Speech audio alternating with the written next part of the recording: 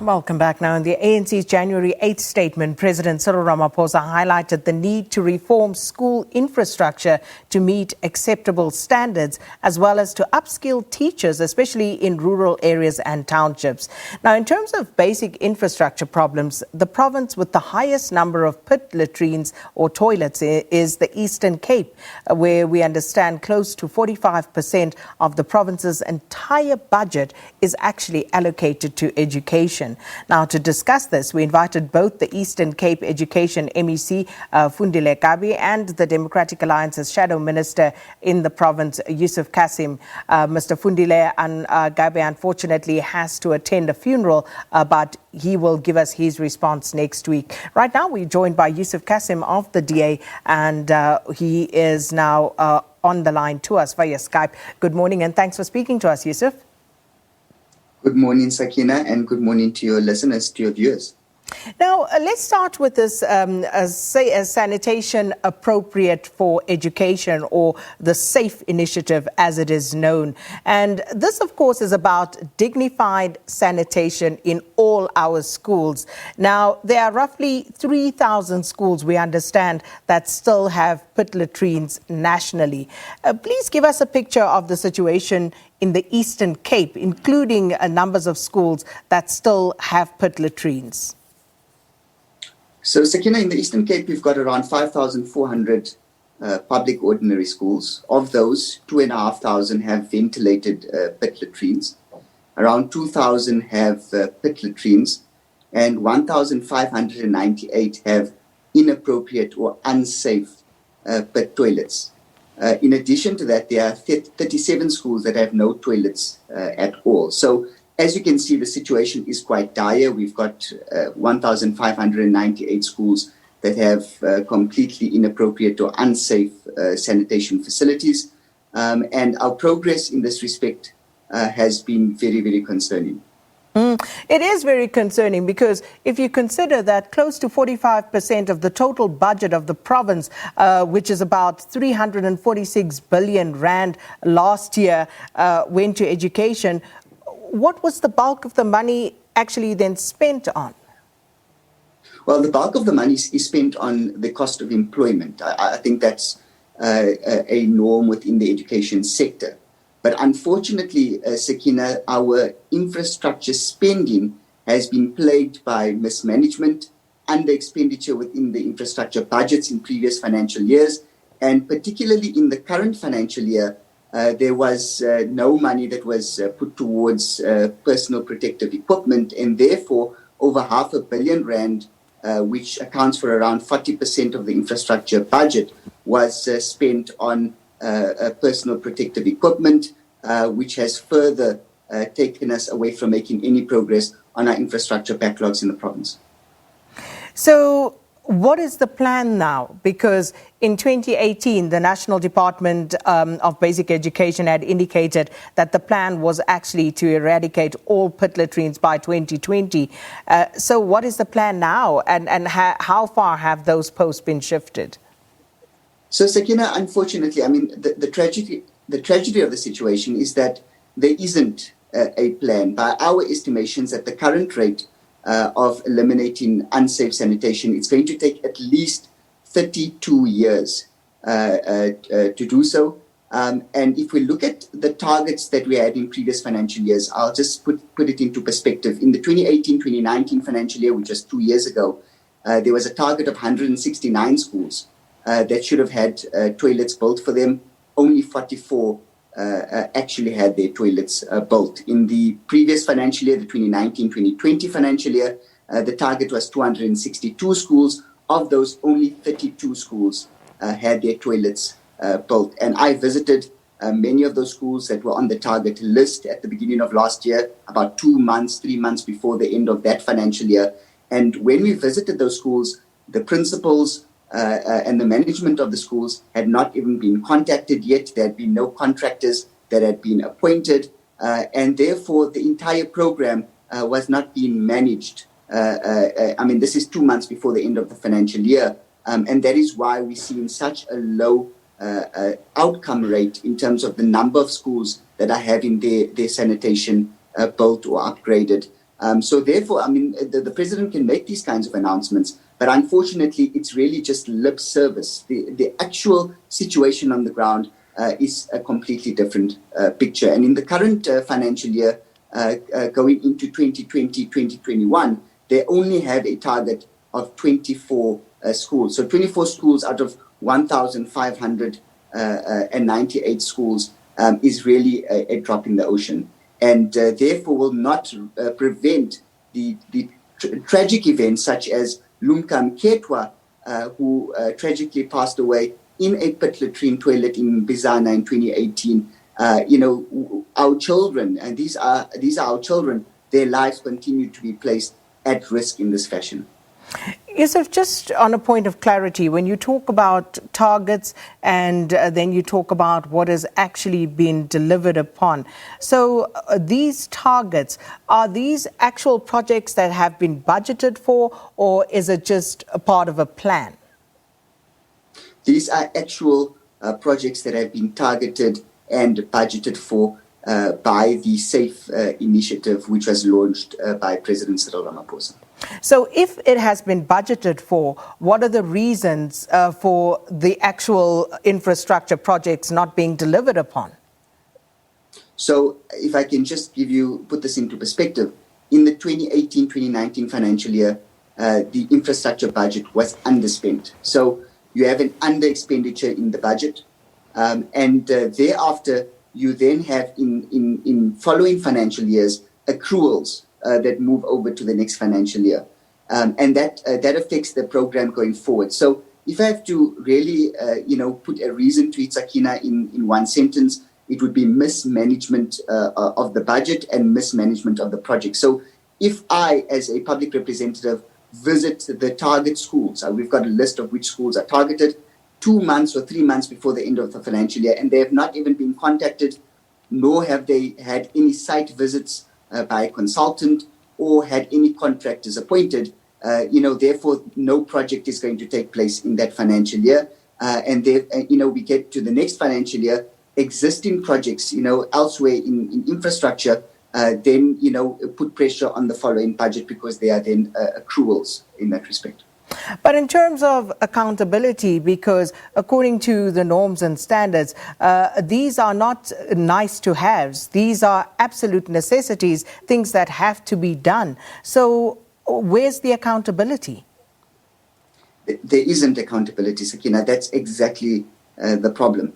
And it's not only within the sanitation program. We've got schools, for example, that have asbestos roofing, which is contrary to the norms and standards and are putting the lives and the health of our learners and educators at risk. That continues to be a problem. We've got over 400 mud schools within the province.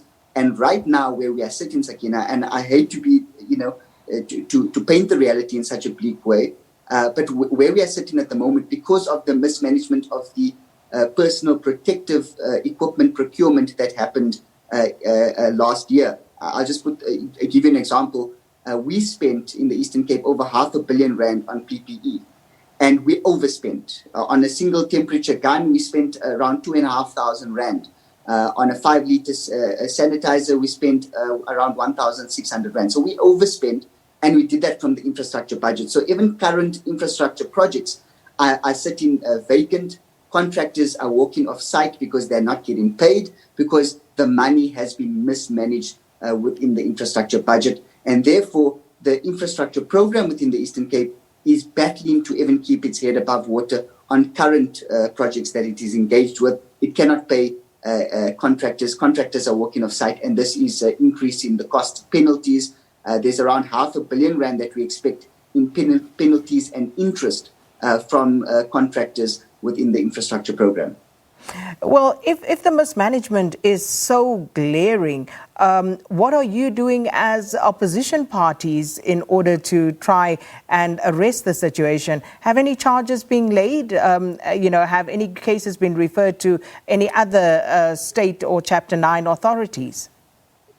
Yes, we have, Sakina. So on the PPE procurement, as an example, this is being investigated by the SIU.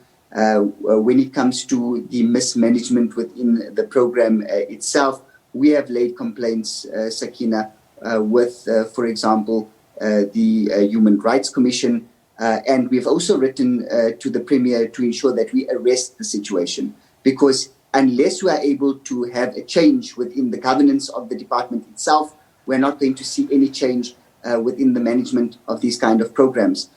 Tragically, the Superintendent General Temba Kojana has passed away just recently, Sakina, but within his department, within the senior management posts, there are 4 DDGs, 3 of whom are acting DDGs, and the department itself is within chaos. So whilst there are investigations that are taking place, we've also laid criminal charges with regards to other procurements that have taken place within the department.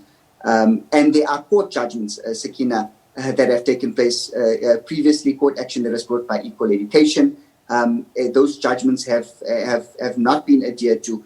We believe that there has to be a change within the governance. The MEC needs to be held accountable by the Premier. He serves at the pleasure of the Premier, and the department. There needs to be a stopping of the rot within the department for us to see any sort of turnaround from what we are currently experiencing. And Yusuf, I see the DA also wants a report on the implementation of the Basic Education Employment Initiative program by the Eastern Cape Department of Education. Explain to us exactly what it is that you wish to ascertain here. Well, firstly, Sakina, this has an impact on the Eastern Cape. Of the 5 billion rand that was announced by Cyril Ramaphosa, 1.1 billion rand was earmarked for the Eastern Cape. So our province is under severe pressure.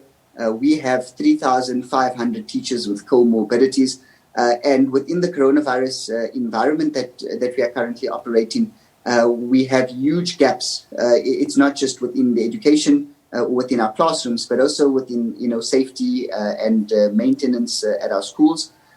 So within this Basic Education Employment Initiative, we want to ascertain the rollout within the Eastern Cape. There's been very little information that's been forthcoming. And education assistants that have already been appointed have not been paid. We've received reports from a number of individuals that have said we've not been paid. And in my communications with the late Superintendent General, he admitted the problem that they're experiencing. And he promised that there would be a working group that will be in touch with myself, to take us through what they're doing to arrest the situation. But at this current point in time, we have very little information as to how the program is being rolled out, exactly how many individuals are being appointed, and whether or not those that are being appointed, when will they receive their payments.